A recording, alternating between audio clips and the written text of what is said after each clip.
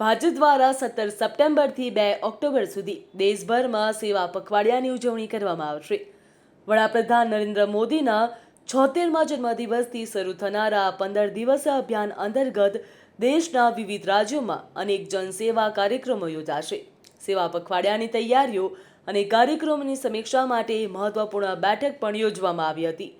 ભાજપના મહાસચિવ વિનોદ તાવડેને રાષ્ટ્રીય સંયોજકની જવાબદારી સોંપવામાં આવી, જ્યાં દરેક રાજ્યમાં 7 સભ્યોની ટીમ બનાવવામાં આવી, જેમાં એક મંત્રી, એક સંગઠન મહામંત્રી, 5 વરિષ્ઠ નેતાઓનો સમાવેશ થશે. અભિયાન દરમિયાન સ્વચ્છતા અભિયાન, રક્તદાન, વૃક્ષારોપણ અને આરોગ્ય શિબિરો યોજાશે. નરેન્દ્ર મોદીના 25 વર્ષ થીમ ઉપર ડિજિટલ અને ફોટો પ્રદર્શનો પણ યોજાશે.